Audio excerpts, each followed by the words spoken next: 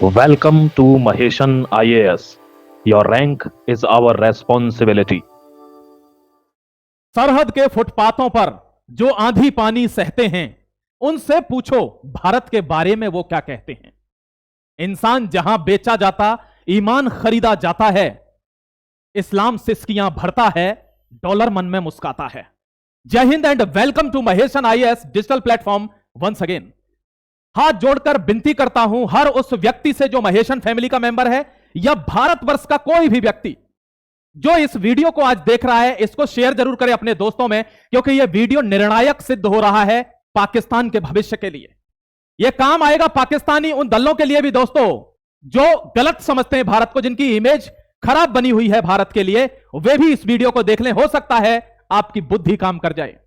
मैं उम्मीद करता हूं दोस्तों, एक बात ध्यान रखना, महेशन आईएएस जब बीड़ा उठाता है तो यह सिर्फ वीडियो बनाने का मकसद मेरा नहीं है। इसका सिर्फ सीधा सीधा मकसद है कि लोगों को जागरूक करना है कि वे भारत के बारे में जाने, वे जाने उन चीजों के बारे में जिनको कि वो आज तक जानते नहीं है। इस वीडियो को बहुत ध्यान से देखना, हर उस व्यक्ति को शेयर करना जो व्यक्ति आपका अपना खास है, जिसको भारत के बारे में पता चले, जिसको जियो पॉलिटिक्स के साथ साथ उस हर पहलू की जानकारी हो जिस पर भारत जीता है। जय हिंद दोस्तों, स्वागत करता हूं और डिस्कस करता हूं वो महत्वपूर्ण आर्टिकल जिसके बारे में मैंने आपको थोड़ी देर पहले बताया था। आपको एक वीडियो साझा करना चाह रहा हूं, शेयर करना चाह रहा हूं जो आपके लिए काम आने वाला है। बहुत ध्यान से देखना दोस्तों, ये केपीके कल्चर है। केपीके का मतलब है खैबर पख्तूनख्वा। खैबर पख्तूनख्वा में पश्तून रहते हैं। आपको मैं पश्तूनों के बारे में बता चुका हूं, अगर आपने नहीं देखा है तो वो वीडियो देख लेना कि योगी के गढ़ यूपी में कैसे तालिबान का स्वागत किया गया है। उसमें आप समझ जाएंगे कि पश्तून कौन होते हैं, हमारा क्या संबंध है तालिबान से, यह भी आप समझ जाए। देखिए आगे बढ़ता हूं। यह दोस्तों कल्चर है किसका? केपीके का, खैबर पख्तूनख्वा का। अब इसमें आप देख रहे होंगे, इस पहनावे में मैंने आपको कल एक चीज दिखाई थी, बहुत ध्यान से समझने का प्रयास करना, आर्टिकल क्लियर हो जाएगा। थोड़ा सा लंबा हो सकता है लेकिन एक एक धागा खोलूंगा, इस बात का कॉन्फिडेंस है, इस बात का चैलेंज है। देखिए ये दोस्तों, ये जो इलाका है वो खैबर पख्तूनख्वा का इलाका है, ध्यान रखना, ठीक है। विवाद यहां पर भी है क्योंकि ये डूरंट लाइन है दोस्तों अफगानिस्तान पाकिस्तान के बीच में, और ये बॉर्डर मान्य नहीं है। अफगानिस्तान इसको रिकॉग्नाइज नहीं करता है। यहां बॉर्डर पर लड़ाई छिड़ी हुई है, आप जानते हैं, 200 से ज्यादा लोग ठोक दिए गए हैं, चौकियां अपने कब्जे में ले ली गई हैं। मैं थोड़ा सा आगे बढ़ूंगा और आपको बताऊंगा, आपको यह कल्चर मैंने कल दिखाया था जो बिल्कुल इंडियन सनातनी कल्चर है दोस्तों। बुद्धिज्म की इसमें क्या है, ब्लेंड है, बुद्धिज्म एंड सनातनी का। आप ध्यान से देखते चलना, आर्टिकल जो मुद्दा है वो इन चारों के इर्द गिर्द घूमेगा। पंजाब, सिंध, बलूचिस्तान और दोस्तों आईओके, इलीगली ऑक्यूपाइड कश्मीर। खैबर पख्तूनख्वा के बारे में तो आर्टिकल ही है। बहुत ध्यान से, आपको क्लियर दिख रहा होगा, मैं उम्मीद करता हूं। नहीं दिख रहा होगा तो कमेंट सेक्शन में बताना। आगे बढ़ जाता हूं, एक एक घटना को ध्यान से सुनना है, सर से पैर के तलवे तक कान बनकर सुनना है दोस्तों। आर्टिकल तभी समझ में आएगा। मेरा चैलेंज है, आर्टिकल देखने के बाद आप नीचे थैंक यू करके जाएंगे और कहेंगे thank you very much sir, I have subscribed Maheshan IAS for all authentic information about India. देखिए दोस्तों, यह है वो पाकिस्तान जिसकी हालत यह हुई पड़ी है। यानी यह क्या है, यह पाकिस्तान है दोस्तों, यह जेल में बंद है। यह कौन है? इमरान खान, तहरीके पाकिस्तान इंसाफ, ठीक है, यह इसका लीडर है, अभी जेल में बंद है दोस्तों। यहां देख लीजिए एक चीज, यह जो है वो केपीके का मुख्यमंत्री है। अब फिलहाल इस पर इतना प्रेशर बन गया है ड्यू टू क्या, ड्यू टू प्रोटेस्ट, कि इसने अपना रेजिग्नेशन दे दिया। मैं रेजिग्नेशन आपको दिखाऊंगा। मेरी एक आदत है, मैं बिना सबूत के नहीं आता मेरे प्यारे भाई। एक एक नक्शा दिखाऊंगा, एक एक प्रूफ दिखाऊंगा, एक एक लेटर दिखाऊंगा इनके द्वारा जो लिखा गया है, जिससे कि कोई वीडियो देखे तो चू ना कर पाए। नीचे एक कमेंट दिखाऊंगा आपको, पाकिस्तान से आया है डायरेक्ट वो कमेंट दोस्तों राणा के लिए, और वो कमेंट आपको दिखाऊंगा कि वो कमेंट क्या कह रहा है। उसका जवाब मैं नहीं दूंगा, मैं वीडियो से जवाब दे रहा हूं, आप नीचे कमेंट में दे देना जवाब, ठीक है।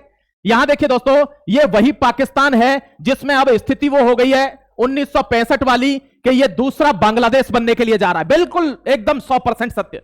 बांग्लादेश 2.0 का निर्माण बहुत नजदीक है, कुछ ही दिनों के बाद। ऐसा क्यों कह रहा हूं सर? देखिए दोस्तों, ये वो पाकिस्तान है और ये देखिए स्थिति यहां पर, ये हिंदू लड़की है, इसका रेप हो रहा है, ये हिंदू लड़की है, इसका रेप हो रहा है। मेरे को एक चीज समझ में नहीं आती है मेरे दोस्त, ये एक न्यूज बहुत फैल रही थी, आप भी कमेंट सेक्शन में बताना आपने सुनी है कि नहीं, कि कुछ विपक्षी पार्टी या जो भारत विरोधी काम करते हैं हिंदुस्तान के अंदर, वे लोग कह रहे थे तालिबान ने अपनी कॉन्फ्रेंस में महिला पत्रकारों को नहीं आने दिया, इतनी बड़ी बेइज्जती हो गई महिलाओं की। महिलाएं देखनी है ना तो वहां देखो शिवांगी सिंह जो राफेल चलाती है, महिलाएं देखनी है ना तो उन दोनों लेडीज को देखो जिन्होंने ऑपरेशन सिंदूर की रिपोर्टिंग की है।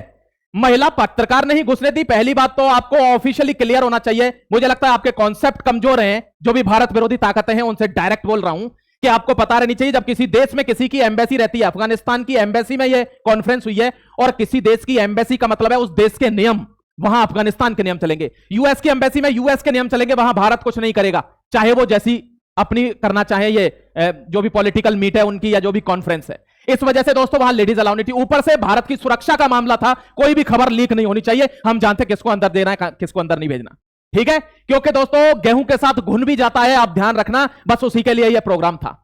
आगे मैं बढ़ रहा हूं, इस आदमी ने इस्तीफा दे दिया है, स्टोरी को समझते चलना, मैं लिंक करूंगा डॉट। यहां आगे बढ़ रहा हूं, आप देखिए, आपने यह व्यक्ति पहले देखा है क्या? नहीं देखा होगा, मैं बता देता हूं, यह पाकिस्तान का बहुत पावरफुल व्यक्ति है इस टाइम पर, और दोस्तों इसका नाम है साद रिजवी। क्या नाम है? साद रिजवी। यह एलपीके का बंदा है, किसका? तहरीके लब्बैक पाकिस्तान, टीएलपी का बंदा है, ये तहरीके लब्बैक पाकिस्तान। दोस्तों टीएलपी को यही लीड कर रहा है। अब क्या हुआ, जो ये प्रोटेस्ट हुआ है ना, इस प्रोटेस्ट में दोस्तों ये इन्हीं पर खड़े हुए थे, यहां पुलिस ने ओपन फायरिंग कर दी, आर्मी ने ओपन फायरिंग कर दी मुनीर के कहने पर, और दोस्तों इस बंदे को चोट लगी हुई है, यानी इसको गोली लग गई है। बहुत ध्यान से समझना आप बात को, इस बंदे को मैं क्यों कह रहा हूं गोली लग गई। देखिए यहां पे क्या लिखा है, Salman Durrani TLP chief Saad Rizvi shot and critically injured, daily minute mirror.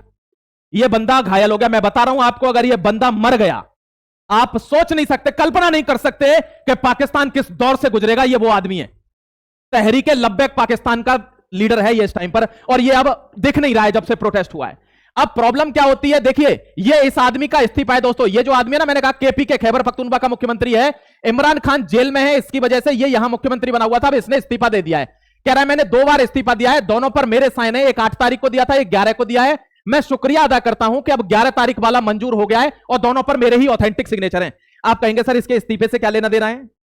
कोई चीज मैं ऐसे तो बोलूंगा नहीं, लेना देना तो है दोस्तों। नीचे आ जाइए फटाफट, इस आदमी को देखिए, मोहम्मद सोहेल अफरीदी, ये नया बंदा प्लॉट कर दिया गया है केपीके में मुख्यमंत्री पद के लिए, यानी खैबर पख्तूनख्वा में पश्तूनों ने इस नए लड़के को लाए हैं दोस्तों मुख्यमंत्री बनाने के लिए, यानी अब यह करेगा आगे से कन्फ्रंटेशन पाकिस्तान के साथ, अब यह मुख्यमंत्री वहां बनेगा। मैं पाकिस्तान का सॉल्यूशन लेकर आया हूं, घबराना मत। लास्ट की स्लाइड में आपको नक्शा दिखा दूंगा कि यह है पाकिस्तान का सॉल्यूशन। आप पूरे वीडियो को ध्यान से देखना, आप खुद ही शेयर करेंगे, मेरी गारंटी है यार।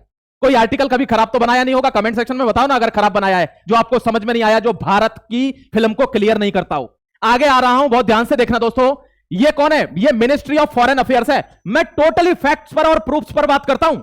मैं इन दल्लों की तरह थोड़ी हूं कि मैं कह दूं 200 लोग मार दिए तालिबान के, या भारत के 6 प्लेन गिरा दिए। भारत में और दल्ले में यही तो अंतर है।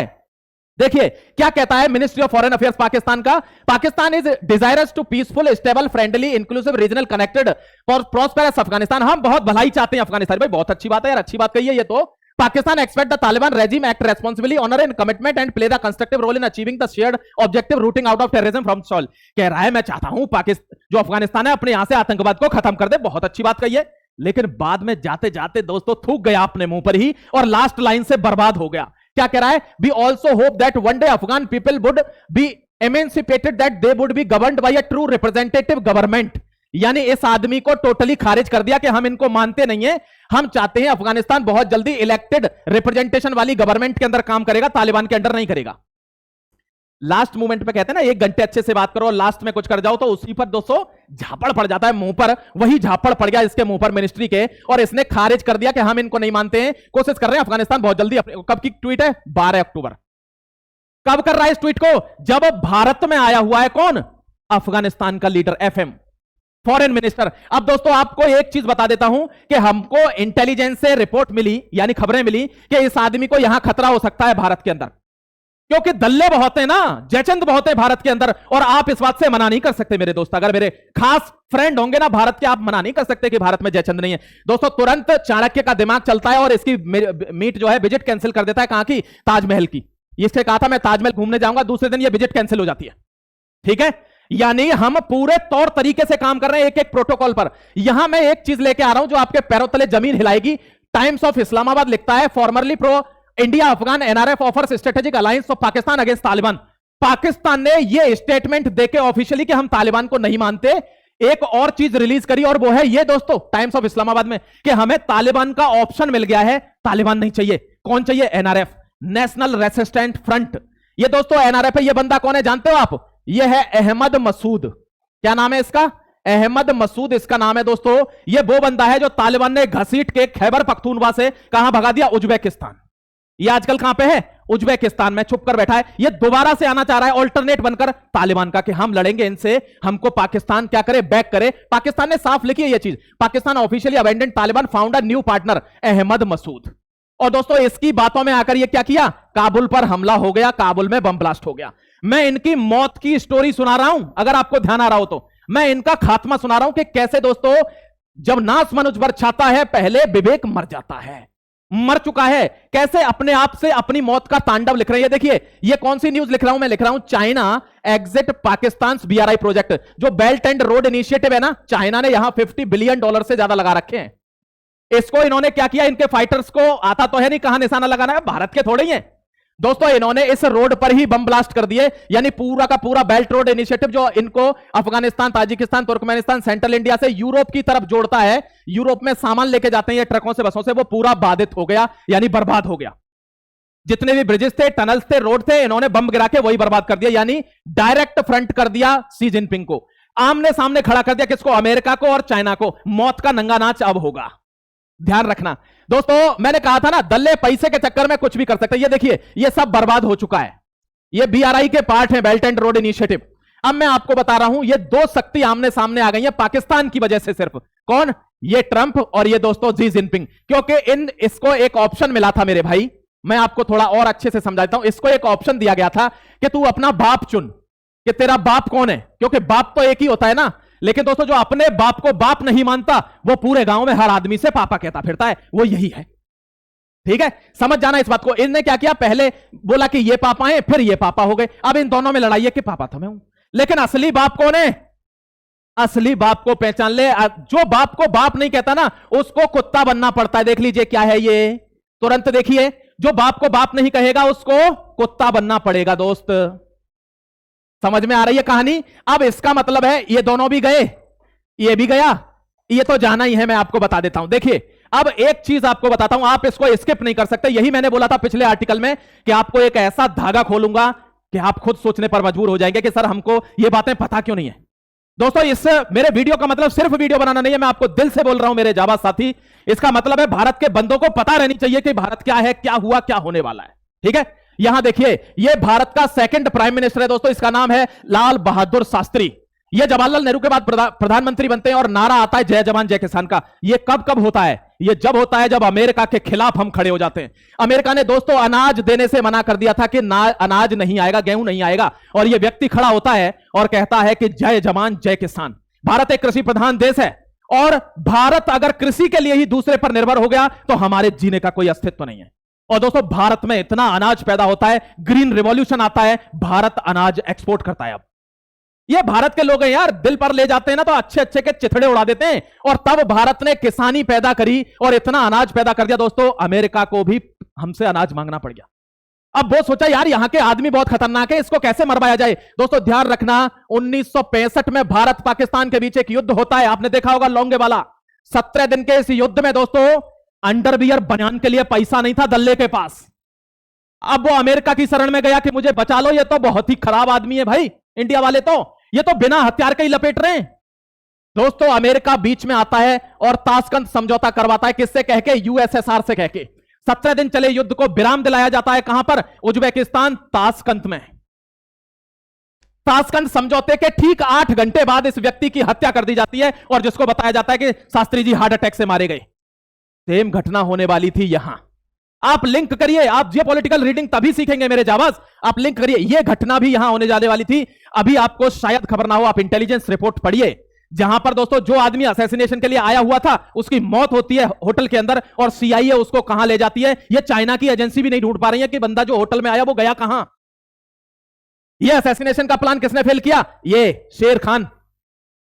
जाबाज दोस्तों 50 मिनट तक हर देश का अपना एक प्रोटोकॉल होता है कि कहीं हम विदेश में जा रहे हैं तो हमारी अपनी गाड़ी होगी, अपनी सुरक्षा होगी, अपने प्रोटोकॉल होंगे। सबको तार पर रखते हुए मोदी जी के लिए 15 मिनट ये बंदा वेट करता है, उसके बाद गाड़ी में 50 मिनट तक बात होती है।